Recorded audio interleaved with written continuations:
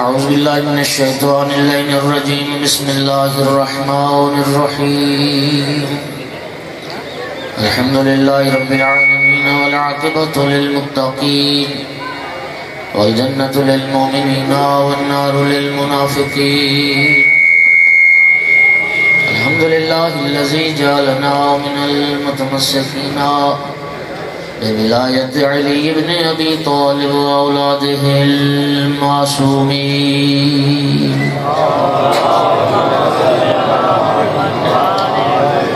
الحمد لله الذي جعلنا من الباقين على سيد الشهداء وأولاده وأصحابه المظلومين.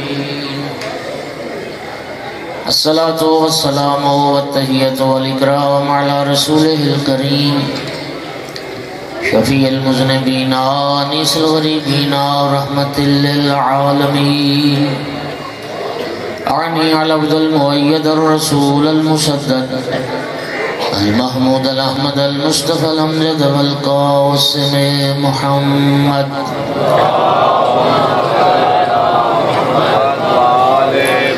ثم الصلاة والسلام والتحية والإكرام على آل الطيبين الطاهرين المعصومين المنتجبين المنتخبين المظلومين واللعنة الدائمة على أعدائهم ملعونين يوم عداوتهم إلى قيام يوم الدين وبعد يوم الدين. أما بعد فقال سبحانه وتعالى في كتابه المجيد. بسم الله الرحمن الرحيم.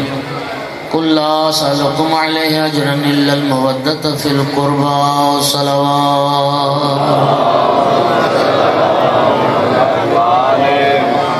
مومنین کرام، آیت مودت یہ قرآن پاک کی واحد آیت ہے جس میں اللہ رب العزت نے پیغمبر کے قرابت داروں کی مودت کو فریضہ قرار دیا ہے اور اجر رسالت کے طور پر طلب فرمایا ہے.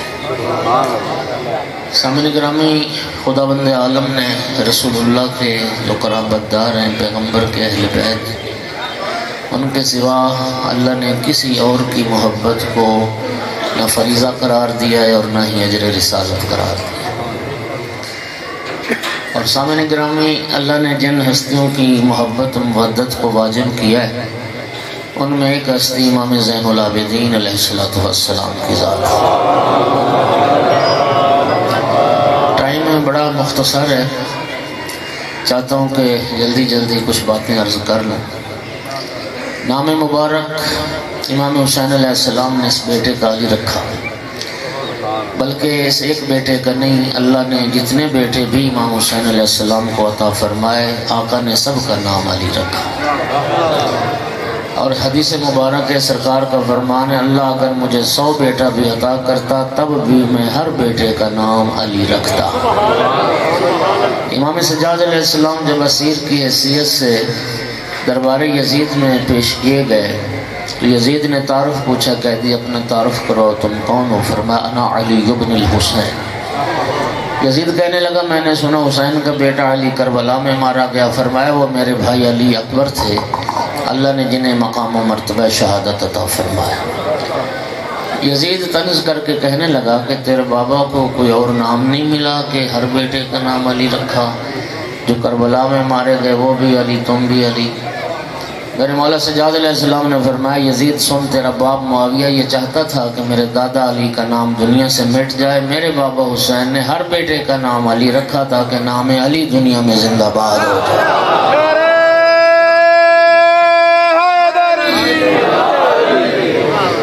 نام مبارک علی ہے لیکن آقا کے القاب بہت سارے، لیکن 2 القاب وہ بہت شہرت رکھتے ہیں، ایک زین العابدین، ایک سید الساجدین. زین العابدین عبادت کرنے والوں کی زینت اور سید الساجدین سجدہ کرنے والوں کے سردار. سامعین گرامی، قرآن پاک میں اللہ رب العزت نے 2 مخلوقات کا تذکرہ کیا ہے جو معصوم ہیں، جن کے دامن پہ کوئی دھبا نہیں. انبیاء کا تذکرہ ہے قرآن میں، انبیاء بھی معصوم ہیں. ملائکہ کا تذکرہ ہے قرآن میں، ملائکہ بھی معصوم.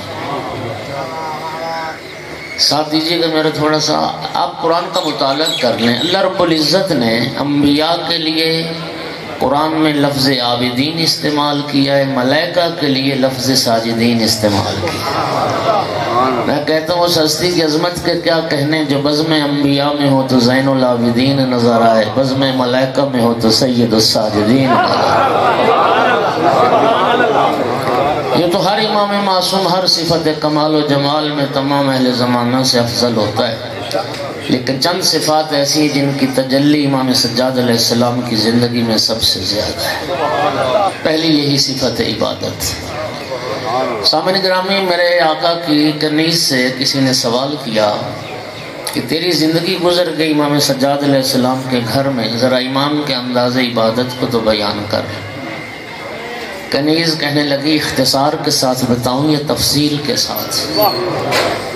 پوچھنے والے نے کہا چلو اختصار کے ساتھ بتاؤ. تو کہتی ہے ما اتیتو بطعام نحارا قط وما فرشتو لہو بلیل فراشا قط. دو جملوں میں امام کے انداز عبادت کو بیان کیا. کہتی ہے میں نے جتنا وقت امام سجاد علیہ السلام کے گھر میں گزارا، میں نے کبھی دن کے وقت دسترخوان نہیں بچھایا، رات کبھی سونے کے لیے بستر نہیں بچھایا. کیا مطلب؟ یعنی آقا کا ہر دن روزے میں گزرتا تھا اور ہر رات عبادت خدا میں بسر، سوائے ان 2 دنوں کے سال کے جن میں شریعت نے روزہ رکھنا حرام قرار دیا. ہر دن روزے میں اور ہر شب عبادت خدا میں. اور امام علیہ السلام کی راتیں 2 حصوں میں تقسیم تھی. توجہ کیجیے گا کہ ان 2 حصوں میں مولا امیر علیہ السلام سے کسی نے پوچھا تھا کہ یا امیر المومنین ہمیں اسلام سمجھا دیں، اسلام کی تعریف کریں. جناب امیر علیہ السلام نے لطف لیجیے گا، بڑی خوبصورت بات ہے، مجھے بڑا لطف آیا مولا کا یہ پڑھ کے. جناب نے جواب دینے سے پہلے فرمایا لقد سقطت علی الخبیر، فرمایا تیرا واسطہ ایک باخبر سے پڑا ہے. تو نے اس سے پوچھا اسلام کیا ہے جو جانتا ہے کہ اسلام کیا ہے. تو نے خبیر سے پوچھا. فرمایا اسلام 2 چیزوں کا نام ہے، الطاعۃ للہ والشفقۃ علی خلق اللہ، اللہ کی اطاعت اور خلق خدا سے پیار، بندگان خدا سے شفقت و محبت، یہ ہے اسلام. امام سجاد علیہ السلام کی راتیں بھی ان 2 حصوں میں تقسیم تھی. آدھا حصہ اللہ کی بندگی کے لیے وقف تھا، آدھا حصہ خلق خدا کی خدمت کے لیے وقف تھا. توجہ چاہ رہا ہوں دوستو، آدھا حصہ اللہ کی بندگی کے لیے، آدھا حصہ خلق خدا کی خدمت. آیت اللہ فاطمی نیا فرما رہے تھے کہ 400 گھرانہ تھا مدینے میں. یہ واقع حرہ کے بعد کی بات ہے. واقع حرہ کے نتیجے میں 400 گھرانہ تھا مدینے میں، جن میں یتیم تھے، جن میں بیوائیں تھیں، اور امام سجاد علیہ السلام اس 400 گھرانے کی سرپرستی فرماتے تھے. اور انداز کیا ہوتا تھا؟ چہرہ چھپایا ہوتا تھا. رات کی تاریکی میں پشت پر اناج کی بوریاں اٹھا کے لے جانا اور فقراء اور مساکین کے دروازوں تک چھوڑ کے. ایک رات کسی چاہنے والے نے امام کو پہچان لیا. عرض کی فرزند رسول یہ جو آپ نے بوجھ اٹھایا ہوا ہے پشت پر، یہ میرے حوالے کریں، میں چھوڑ آتا ہوں، مجھے حکم کریں یہ کہاں چھوڑ کے آؤں. امام کا جواب سنو گے. فرمایا یہ بتا قیامت کے دن پولیس رات سے میری جگہ تو گزرے گا؟ فرمایا میں خود چھوڑ کے ہوں. آقا رات کا وقت ہے اور چہرہ کیوں چھپا رکھا ہے؟ امام علیہ السلام نے فرمایا میرے نانا رسول اللہ کا فرمان ہے ان صدقۃ السر تطفئ غضب الرب. میرے جد رسول اللہ نے فرمایا تھا چھپا کر صدقہ دینے سے اللہ کے غضب کی آگ بجھ جاتی ہے. اگر چاہتے ہو کہ اللہ کے غضب کی آگ بجھ جائے تو پھر چھپا کر صدقہ دو، چھپا کر دائیں ہاتھ سے دو، بائیں کو پتہ نہ چلے. اور اللہ جانتا ہے یہ جملہ تاریخ میں ہے کہ جب تک امام سجاد علیہ السلام زندہ تھے ان بیوگان کو، ان یتامہ کو یہ پتہ ہی نہیں چلا کہ ہماری ضروریات زندگی فراہم کرنے والی ہستی ہے کون. امام سجاد علیہ السلام کی شہادت کے بعد جو ہے یہ کشف ہوا. اور معاف کرنا آج کل کا جو دور ہے اور خصوصاً یہ انٹرنیٹ کا جو زمانہ ہے، سوشل میڈیا کا دور، آج تو وہ محاورے بدل گئے نا جی، پہلے کہتے تھے نیکی کر دریا میں ڈال، اب کہتے ہیں نیکی کر فیس بک پہ ڈال۔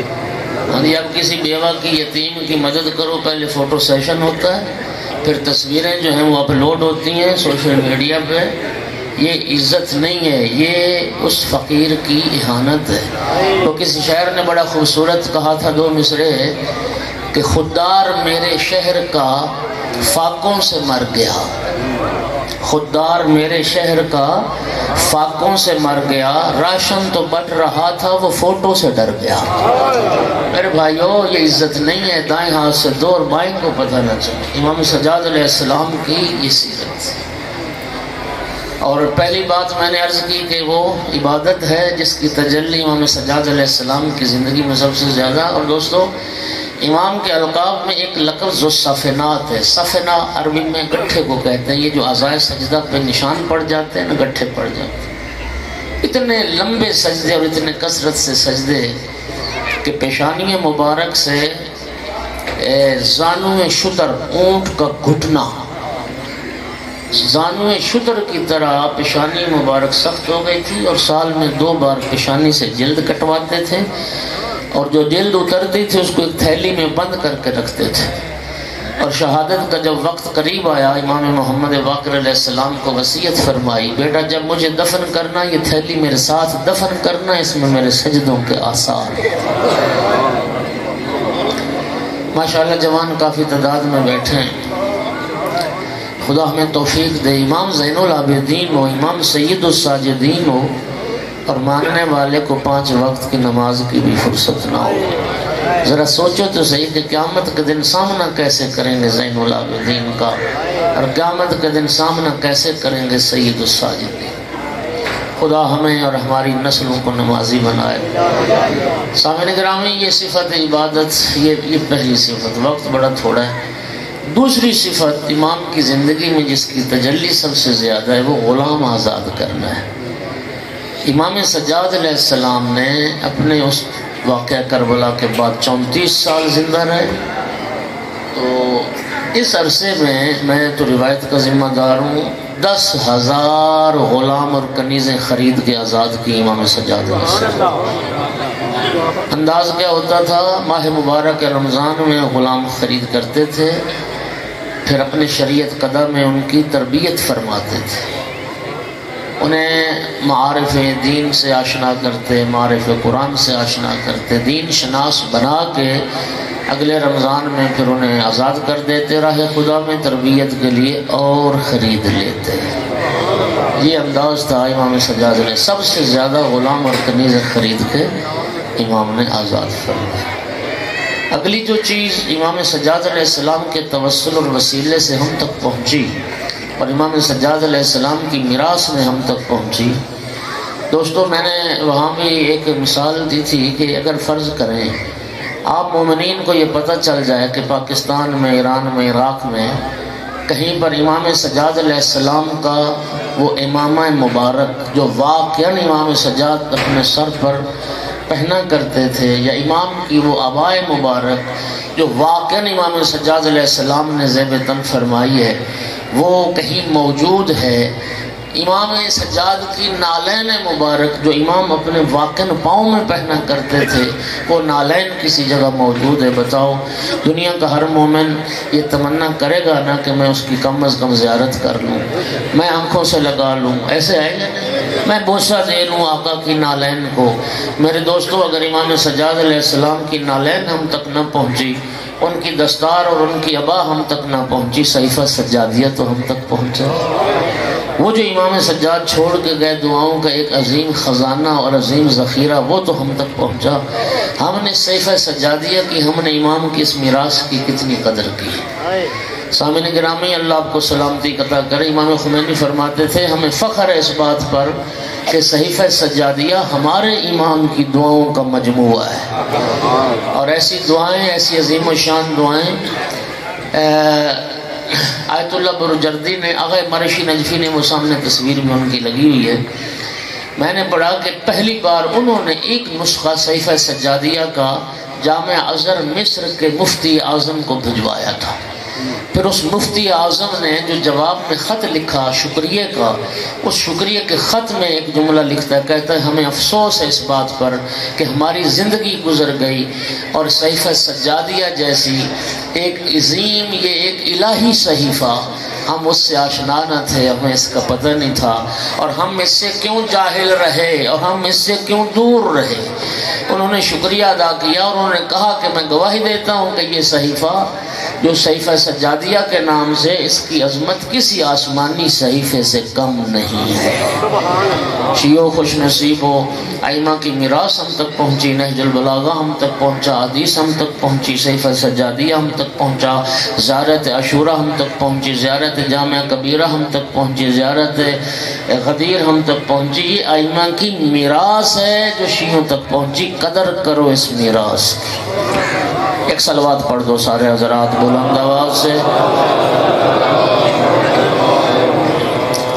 گھبرا تو نہیں رہے حضرات؟ اچھا، اصل آج کی اس مجلس میں امام سجاد علیہ السلام کی عظمت کے ایک قصیدے کے چند اشعار آپ کو سنانا چاہتا ہوں۔ یہ قصیدہ امام سجاد علیہ السلام کا دنیا کی متعدد زبانوں میں اس کا ترجمہ ہوا، مختلف زبانوں میں اس کا ترجمہ ہوا، اور یہ ایسا خوبصورت اور فصیح و بلیغ قصیدہ تھا کہ پھر ابھی مجھے نہیں پتا، یہ پہلے مجھے یاد ہے کہ ہمارے ملک ایم عربی کے نصاب میں بھی اس قصیدے کا کچھ حصہ شامل تھا، ہمارے ملک میں بھی۔ وہ اتنا عظیم و شان قصیدہ، ولید اموی کا زمانہ تھا، ہشام بن عبد الملک بن مروان یہ ولی عہد تھا، یہ حج کے لیے آیا، اور ظاہر ہے پھر بادشاہ جب حج کے لیے چلتے تھے تو لاؤ لشکر ساتھ چلتے تھے، غلام، کنیز، محافظ۔ ہشام حج کے لیے آیا اور طواف کعبہ اس نے کیا۔ طواف کعبہ کے بعد حجر اسود کو بوسہ دینا چاہتا تھا تو رش بہت زیادہ تھا۔ اس کے جتنے سپاہی تھے، محافظ تھے، انہوں نے بڑی کوشش کی کہ لوگوں کو حجر اسود سے دور کرے، چونکہ حجر اسود پہ جو حاجی بیٹھے ہیں عمرہ کرنے والے، وہ جانتے ہیں ہمیشہ رش رہتا ہے وہاں پر۔ اس کے سپاہیوں نے بڑی کوشش کی کہ لوگوں کو ہٹائیں تاکہ ہشام آرام سے حجر اسود کو بوسہ دے سکے۔ کسی نے پرواہ نہیں کی ہشام کی، ہشام کون ہے، مجبوراً صحن حرم میں اس کے لیے کرسی لگا دی گئی، وہ بیٹھ کے انتظار کرنے لگ گیا کہ جب رش کم ہوگا تو حجر اسود کو بوسہ دیں گے۔ عین اسی اثناء میں کیا دیکھتا ہے کہ ایک نورانی چہرے والی شخصیت ہے جو حجر اسود کی جانب بڑھ رہی ہے، لوگ خود بخود راستہ چھوڑتے جا رہے ہیں۔ یہ منظر شام بھی دیکھ رہا تھا اور شام والے بھی دیکھ رہے تھے۔ کسی شامی نے ازراہ شرارت پوچھ لیا، یا شام تیرے لیے تو راستہ بنانے پہ کسی نے راستہ نہ دیا، یہ کون ہستی ہے کہ جس کے لیے لوگ خود بخود راستہ بنا رہے ہیں؟ تجاہل عارفانہ سے کام لیا تاکہ شام والوں کے دلوں میں ان کی ہیبت نہ بیٹھ جائے۔ کہنے لگا کہ میں جھوٹ بول رہا تھا، کہنے لگا کہ میں تو ان کو نہیں پہچانتا کہ یہ شخصیت کون ہے۔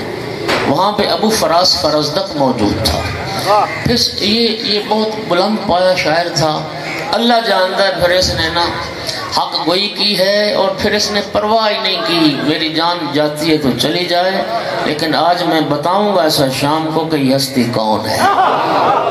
توجہ ہو گئی حضرات؟ تو پھر ابو فراس فرزدق نے ایک فی البدی قصیدہ پڑھا۔ سبحان اللہ۔ آپ ایک صلوات پڑھیں، میں شروع کرتا ہوں قصیدہ۔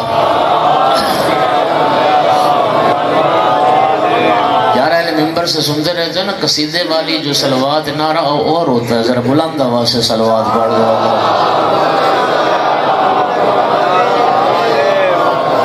تو فرزدق نے، ابو فراس فرزدق نے ہشام کو خطاب کر کے کہا، ھذا الذی تعرف البطح وطعتہ والبیت یعرفہ والحل والحرم۔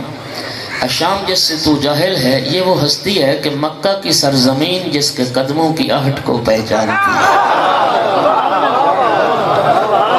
مکہ کی سرزمین جس کے قدموں کی آہٹ کو پہچانتی، والبیت یعرفہ والحل والحرم، یہ کعبہ بھی ان کو پہچانتا ہے، یہ حل اور حرم کی ساری زمین ان کو پہچانتی ہے۔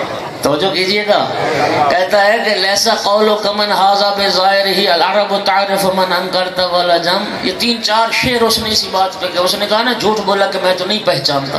3-4 شعر اس نے اسی میں کہے. کہتا ہے کہ ہشام تیرا یہ کہنا کہ میں ان کو نہیں پہچانتا، یہ کہنے سے ان کی عزت میں کیا کمی آئے گی؟ جس سے تو جاہل ہے سارا عرب انہیں جانتا ہے، سارا عجم انہیں جانتا ہے.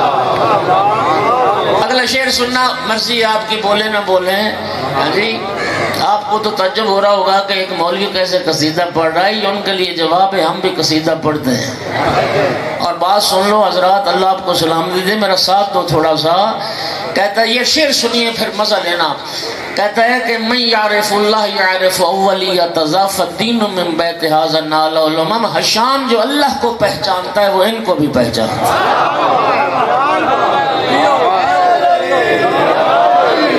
جو اللہ کو پہچانتا ہے وہ ان کو بھی پہچانتا ہے. فالدین من بیت ھذا نال الامم، اس لیے کہ اسی ہستی کے گھرانے سے لوگوں کو دین ملا ہے.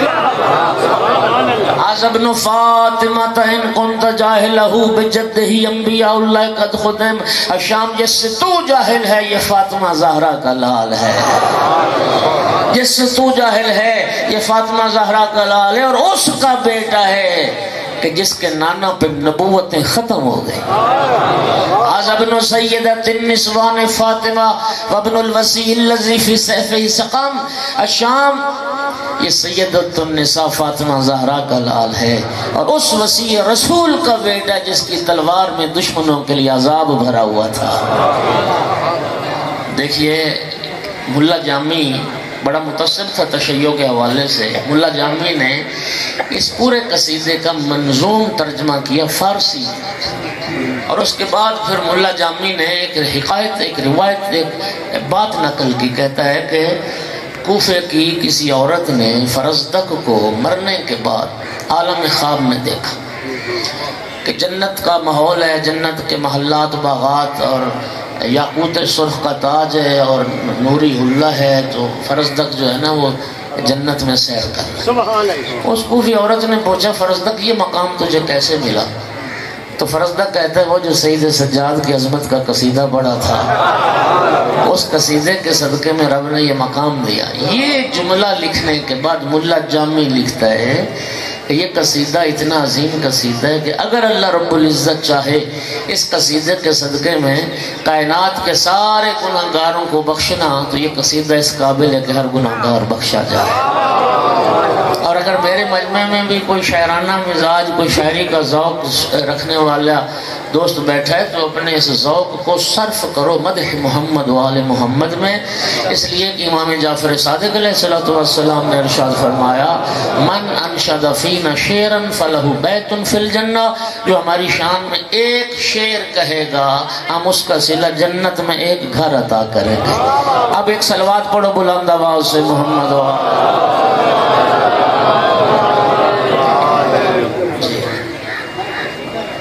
تو قصیدہ باز ہی پڑھی. میرا ٹائم بڑا تھوڑا ہے، آدھا گھنٹہ سارا ٹائم ہے، 5 منٹ سارے رہتے ہیں. توجہ ہے، میرا قصیدہ پہلے مک لہن دے پھر توجہ ہے حضرات گرامی. ھذا علی رسول اللہ والدہ، ھذا علی رسول اللہ والدہ امست بنور ہداہ تہتدی الامم. الشام اس ہستی کا نام علی ہے، یہ رسول اللہ کا بیٹا ہے جس رسول اللہ کے نور ہدایت سے ساری امتوں نے ہدایت پائی ہے. توجہ.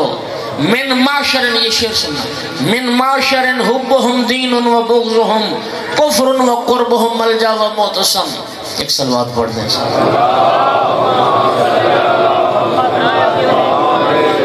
نعرہ تکبیر، نعرہ رسالت، نعرہ حیدری، نعرہ صلوات. اللہم صلی علی محمد و آل محمد. من معشر حبهم دین و بغضهم کفر و قربهم ملجا و معتصم. شام یہ ہستی اس گھرانے سے تعلق رکھتی ہے جس گھرانے کی محبت کا نام دین ہے، اور جس گھرانے کی قربت ہی جہنم سے بچانے والی ہے، اور اس گھرانے سے تعلق رکھتی ہے جس گھرانے کے بغض کا نام کفر ہے. اور چند شعر پڑھے جس میں امام کی سیرت کو بیان کی. یغزی حیان و یغزم من محابتہ فما یکلم الا حین یبتسم. یہ وہ ہستی ہے جو حیا کی وجہ سے اپنی نظریں جھکا کے رکھتی ہے لیکن لوگوں کی نظریں ان کی ہیبت کی وجہ سے جھکی رہتی ہے. تو بھائی اسی طرح سنو گے تو میں ختم کر رہا ہوں، میں نہیں پڑھتا یار. بندہ بولتا ہے وہ کیا ہو گیا تھوڑا سا.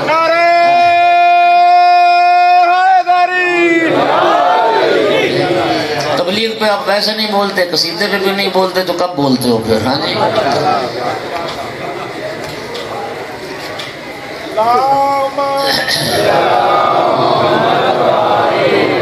لا یستطیع جواد بعد غایتہم ولا یدانیہم قوم ذا کرم. شام دنیا کا بڑے سے بڑا سخی بھی ان کی سخاوت کا مقابلہ نہیں کر سکتا جب یہ ہستی کرم کرنے پہ تل جاتے ہیں. ان ادعى اهل التقى كانوا ائمتهم وقيل من خير خلق الله قيل هم. شام جب دنیا کے متقی لوگوں کو شمار کیا جاتا ہے یہ متقین کے امام نظر آتے ہیں. وقیل من خیر خلق اللہ. اور جب یہ سوال کیا جاتا ہے کہ خلق خدا میں سب سے افضل و بہتر کون ہے تو ایک ہی جواب آتا ہے یہی ہیں جو خلق خدا میں سب سے افضل. اذا رات قریش قال قائلها الى مقارم هذا ينتهي الكرم. جب قریش کا کوئی فرد ان کو دیکھتا ہے تو پکار اٹھتا ہے یہ وہ ہستی ہے جس پہ کرم کی انتہا ہو گئی. بس کیا کروں، دامن وقت میں گنجائش نہیں زیادہ. دو شعر اس کے کمال کے مجھے بہت خوبصورت، میں بڑے پسند ہیں. ما قال لا قط الا فی تشاہدہ ولولا التشاہد کانت لا نعم. عربی میں انکار کے لیے لا کہتے ہیں، نہ کرنی عربی میں تو کیا کہتے ہیں لا، اور ہاں کہنی ہو تو نعم. لا اور نعم ذہن میں رہے، لطف لو شعر کرتا ہے. ما قال لا قط الا فی تشاہدہ ولولا التشاہد کانت لا نعم. شام یہ وہ ہستی ہے جنہوں نے تشاہد کے علاوہ کبھی لا نہیں کہا.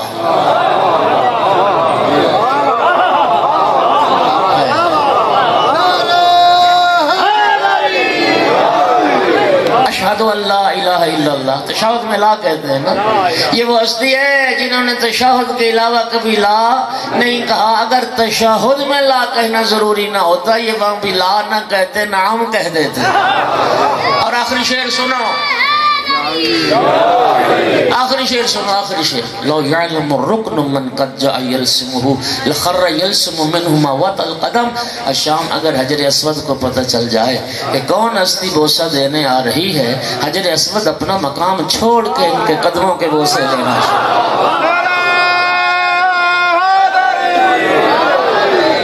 حجر اسود اپنا مقام چھوڑ کے ان کے نشان پاک کو چومنے لگ جائے. پڑھتا چلا گیا قصیدہ، بہت طولانی قصیدہ ہے. جب قصیدہ ختم ہوا نا تو شام کہتا ہے فرزدق میری شان میں بھی ایسا قصیدہ پڑھو. فرزدق نے کہا میری ایک شرط ہے. شام کہتا ہے تیری ہر شرط مجھے منظور ہے. جی بسم اللہ. اس نے یہ سمجھا کوئی پیسے مانگے گا، درہم و دینار، کوئی عربی نسل کا گھوڑا، کوئی گھر پلاٹ، یہی ہوتی مادی توقع. کہا میری شان میں بھی ایسا قصیدہ پڑھو. فرزدق کہتا ہے میری ایک شرط ہے. شام کہتا ہے تیری ہر شرط مجھے منظور ہے. فرزدق کہتا ہے میری شرط یہ ہے ہاتھ ابن و امن مثلا، سید سجاد کی ماں جیسی ماں لے کے آ.